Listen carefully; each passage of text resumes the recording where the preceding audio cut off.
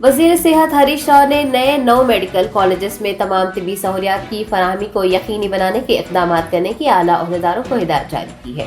आरोग्य Shri health care trust के दफ्तर में NHM और TSMSIDC का वजीर सेहत ने जायजा लिया है। इस मौके पर उन्होंने टेंडर का अमल जल्द मुकम्मल करके काम शुरू करने की भी बात कही है। वजीर सेहत ने वाज़ेह किया है कि अस्पतालों में अद्वियात की तकसीम पर कोई पाबंदी नहीं होनी चाहिए और जरूरी अद्वियात सेंट्रल मेडिसिन स्टोर से भेजी जानी चाहिए। हरीश राव ने सरकारी अस्पतालों में मेडिकल टेस्ट करवाने और अंदरून 24 घंटे नताइज दस्तयाब करवाने की सेहत महकमे के अहदेदारों को हिदायत दी है। माहाना इजलास में फैमिली हेल्थ वेलफेयर डिपार्टमेंट की commissioner Shweta Mahanti, TSMSIDC chairman A Srinivas, MD Chandrashekhar व दीगर ने हिस्सा लिया।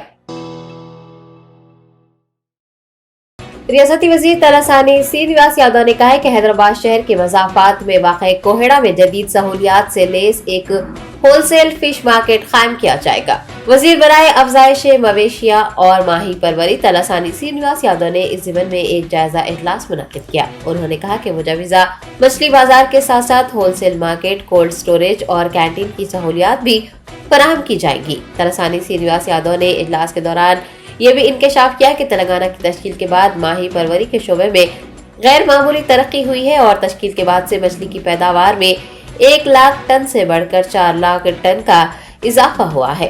उनका कहना है कि रियासत भर में जदीद फिश मार्केट्स कायम किए जा रहे हैं ताकि माहीगीरों को अच्छी कीमत मिल सके। इजलास में ओहदेदारों को उन्होंने हिदायत दी कि वो तमाम अजला में गोश्त की मंडियां कायम करने के लिए मकामात की निशानदही करे और मुताल्लिका अजला के कलेक्टर्स को तजावीज़ भी रवाना करे।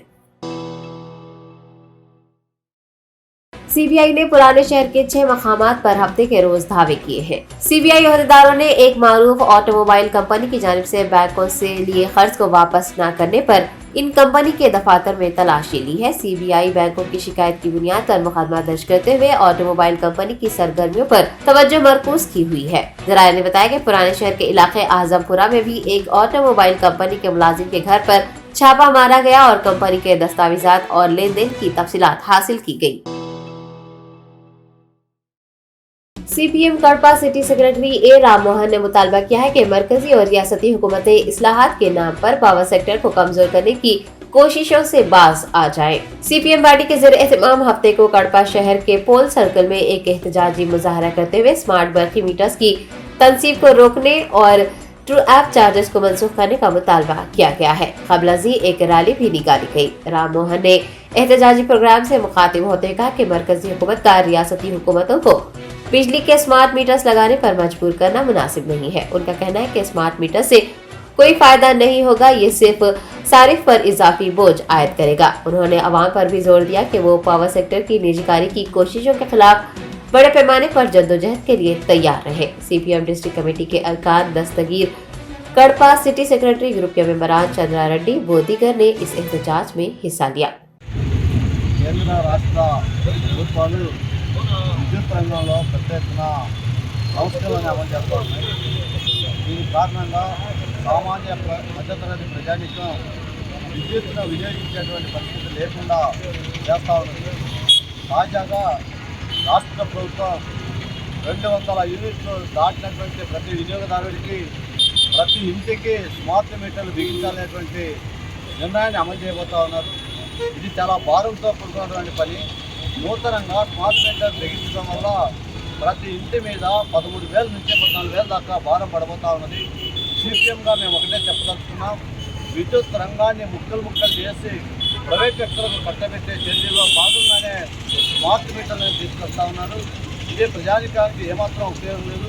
విద్యుత్ పంపిణీ సంస్థలు ఒకవైపు పెద్ద ఎత్తున నష్టాలున్నాయని చెప్పి ప్రచారం చేస్తూ ఉన్నారు. మరోవైపు ఆ నష్టాన్ని పూడ్చుకోవడానికి స్టోప్ ఛార్జీల పేరుతో ప్రతి నెల విద్యుత్ బిల్లులో అదనపు భారం మోపుతా ఉన్నారు.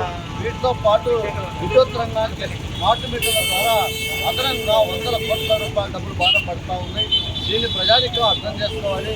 మేము ఒకటే చెప్పదలుచుకున్నాం, విద్యుత్ రంగం చాలా పెద్ద ఎత్తున పోరాటం ద్వారా ఉమ్మడి రాష్ట్రంలో ఉన్నప్పుడు APSCBని నిలబెట్టుకున్నాం. కానీ అప్పటి నుంచి వరుసగా డిస్ట్రిబ్యూషన్ల వారీగా, కంపెనీల వారీగా విద్యుత్ రంగాన్ని ముక్కలుగా వేయబోయే ప్రయత్నం చేస్తుంది. ఇప్పుడు సబ్స్టేషన్ల వారీగా కాంట్రాక్టుగా ఇచ్చేటువంటి ప్రయత్నం జరుగుతూ ఉంది. ఇదే జరిగితే కాంట్రాక్టర్ల దయాదాక్షిణ్యాల మీద ఆధారపడి విద్యుత్తును వినియోగించాల్సినటువంటి పరిస్థితి రాబోతా ఉంది. అందుకే మేము ప్రజానికానికి విజ్ఞప్తి చేస్తున్నాం. విద్యుత్ రంగంలో చాలా తీవ్రమైనటువంటి పరిణామాలు జరగబోతా ఉన్నాయి. ఈ పరిణామాలన్నీ ప్రజానికం మీద భారాలు మోపేటువంటి పద్ధతిలో ఉంటున్నాయి. ఇప్పుడు మనం చూస్తున్నాం, రాష్ట్రంలో హిందూజా కంపెనీకి విద్యుత్ పంపిణీ సంస్థల్లో 100 కోట్ల రూపాయలు దారదత్తం చేసేటువంటి ప్రయత్నాలు చేస్తున్నారు.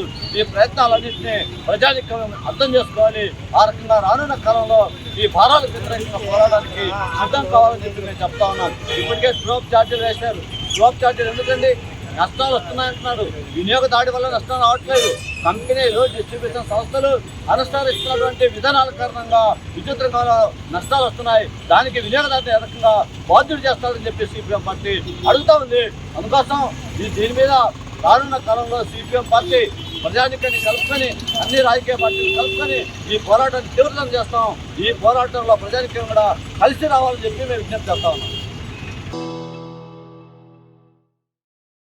कुल हिंद मजलिस इत्तेहादुल मुस्लिमीन कारवान एमएलए कौसम मोहिउद्दीन ने शादी मुबारक और कल्याण लक्ष्मी चेक्स तकसीम किए हैं।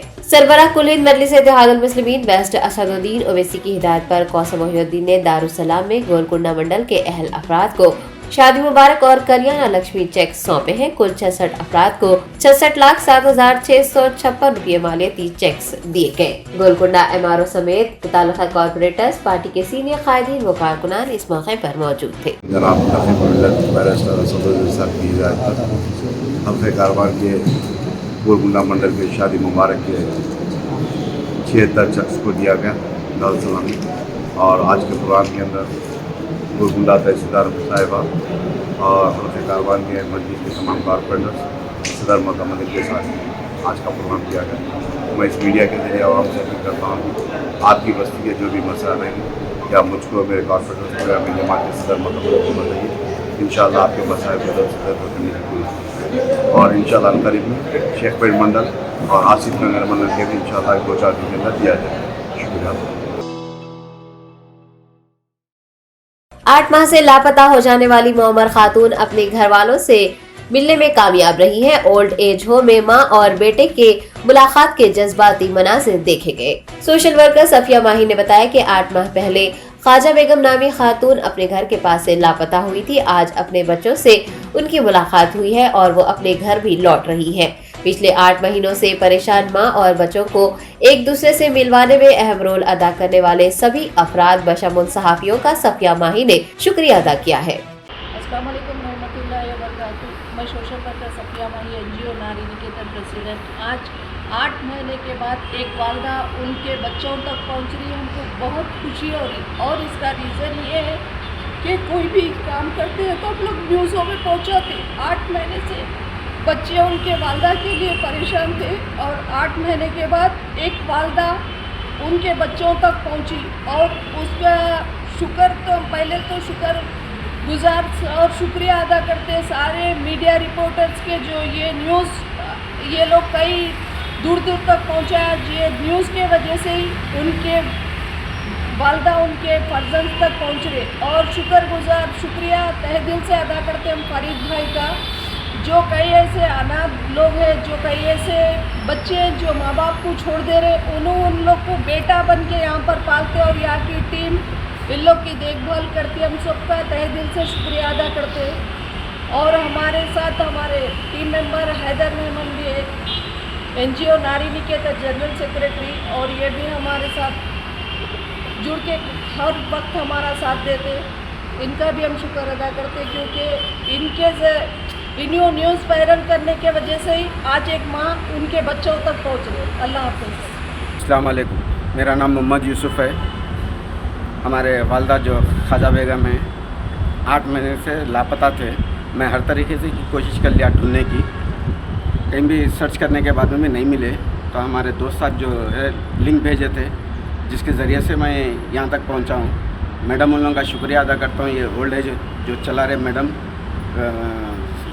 साफिया मैडम और पूरे जो भी मेन कैंडिडेट्स हैं उनका बहुत तहे दिल से शुक्र अदा करता हूँ। सबका मैं शुक्र अदा करता हूँ। आज मैं जो सो हमारे वालदा को लेके आने के लिए आया।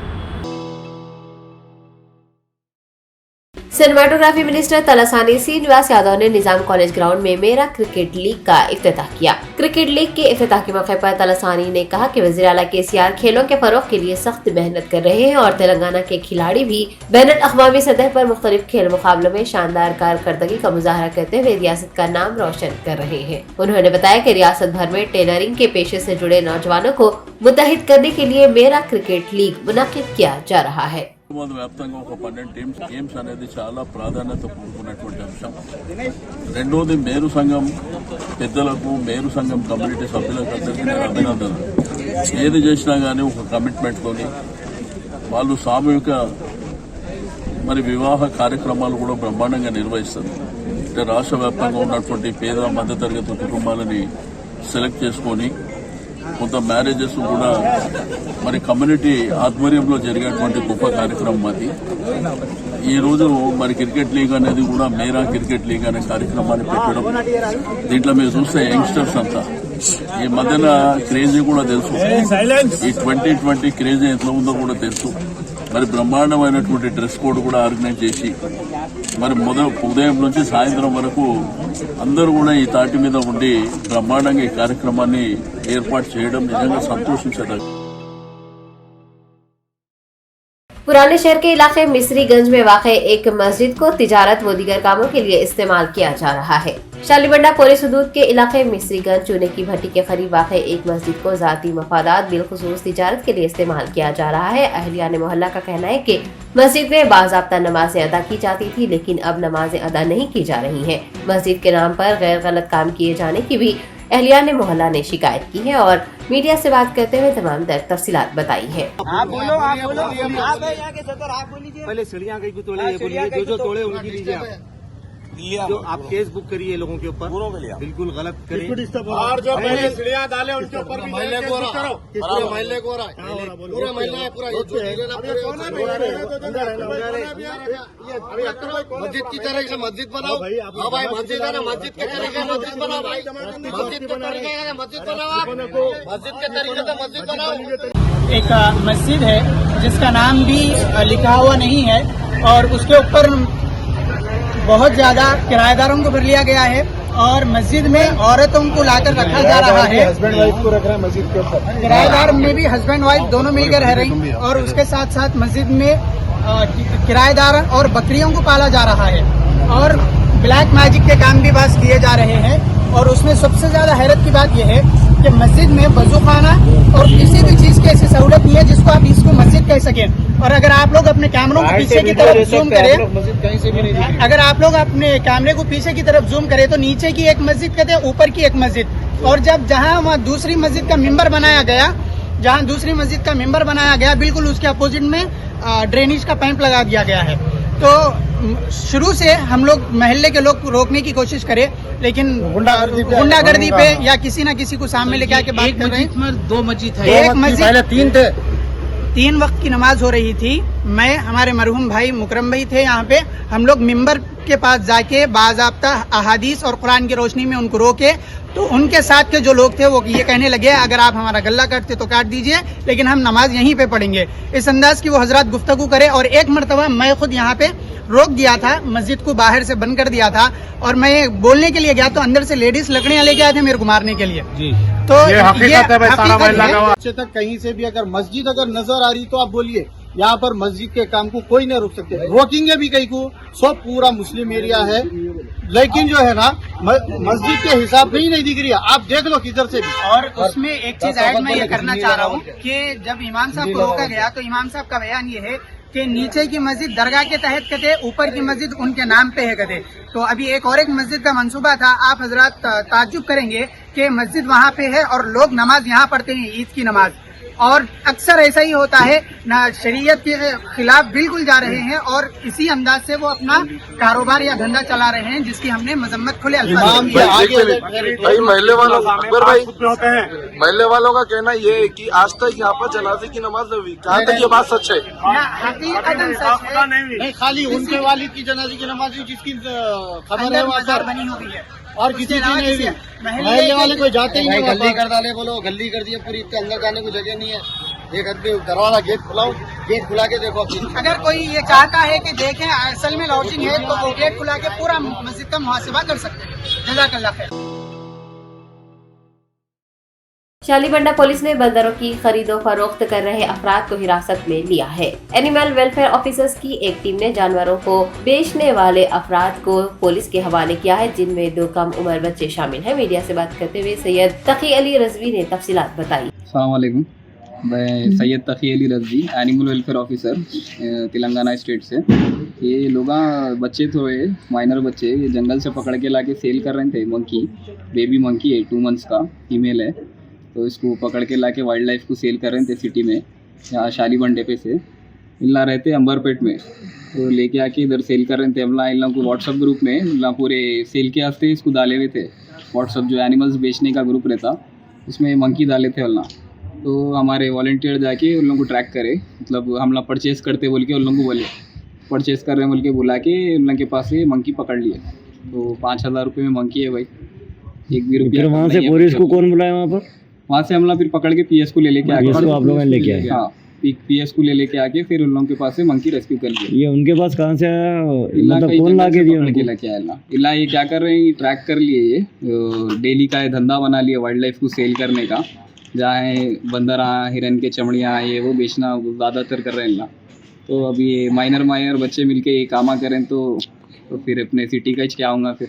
तो आपका जो व्हाट्सएप ग्रुप में आया बोले, इसके अलावा कभी कुछ आया ऐसा? बहुत चीज़ आते, स्नेक्स आते, लोग को भी रेस्क्यू करे, वो आते रहते। तो ऐसी चुल्लों के पास से हम लोग पकड़ते रहते हैं, जब उन लोग को रेस्क्यू करते हैं। वापिस इन लोगों को वाइल्ड लाइफ में छोड़ देते। शालीबंडा पीएस में दिया।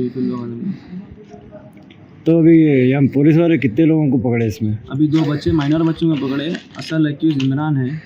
इमरान इंशाल्लाह कल सुबह बुलाने वाले। अच्छा, ये बच्चे नाम लिए उनका?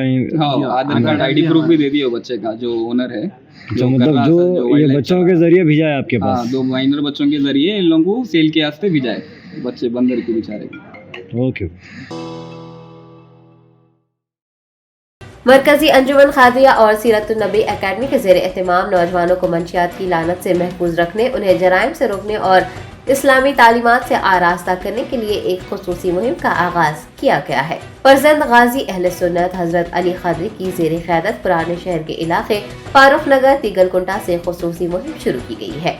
नौजवान नस्ल को क़त्ल गारतगिरी, मंशियात के इस्तेमाल से बाज रखना इस मुहिम का अहम मकसद है। इसके अलावा नौजवानों को इस्लामी तालीमात से आरास्ता करना, उन्हें अस्वाए हुस्ना से वाकिफ करवाना और हराम चीज़ों के इस्तेमाल से रोकना इस मुहिम के मकासद में शामिल है। बताया गया है कि शहर के मुख्तलिफ स्लम इलाकों में ये मुहिम जारी रहेगी। बिस्मिल्लाहिर्रहमानिर्रहीम, अस्सलामु अलैकुम वरहमतुल्लाहि वबरकातुहू। आज गाजी अहले सुन्नत हज़रतुल उलमा मौलाना सैयद शाह ग़ुलाम समदानी अली क़ादरी साहब क़िबला की क़यादत में आज जो हमने एंटी ड्रग राइड शुरू की है ज़ेर एहतमाम सीरतुन्नबी एकेडमी व मरकज़ी अंजुमन क़ादरिया। आज हम ये राइड फ़ारूक नगर के एरिया तिगलकुंडे से हमने शुरू की है। इसका अहम वजह ये एरिया से शुरू करने की ये है कि अक्सर देखा जाता है कि जब कभी भी क़त्ल व गारतगिरी होती है, यहाँ पर ऐसा या कोई गांजे पीने वालों की बात सुनने में आती है या कोई ड्रग एडिक्ट की बात सुनने में आती है, तो ख़ास तौर पर ऐसे ही एरियाओं में सुनने में आती है। तो हज़रत के हुक्म पर आज हम नौजवान ने यहाँ पर आए और हम ये काम करने की कोशिश में है कि आजकल के जो नौजवान चबूतरों पे बैठकर अपनी रातें ज़ाया कर रहे हैं, गांजे पी रहे हैं, गलत सोबतों में बैठ रहे हैं, आए हम उनसे मिलें और हम उनको जो असल दीन इस्लाम की अहम और जो असल तालीम है हम उनसे उनको आरास्ता करें और हम उनको बताएं कि हमारे सहाबा इकराम और हमारे नबी करीम सल्लल्लाहु अलैहि वसल्लम ने किस तरीक़े से अपनी ज़िंदगी गुजारी और किस तरीक़े से अपना अमल रखा और हराम चीज़ों से किस तरीक़े से दूरी अख्तियार की गई। तो आज इस दौर में माँ बाप की भी ज़िम्मेदारी होती है कि उनका जब नौजवान बच्चा रात उमर चबूतरम पर बैठता है तो अपने माँ बाप उन लोग को स्ट्रिक्ट वे में उनको कहें और उनको रात उमर जल्दी अंदर बुलाएं, घरों पर बुलाएं और उन्हें नमाज फ़जर से उठने की आदत दिलवाएं, ना कि सारी रात जग कर फ़जर की नमाज से थोड़ी देर पहले सो जाना और दिन भर सोना। ये हमारा बिल्कुल तरीक़ा नहीं है।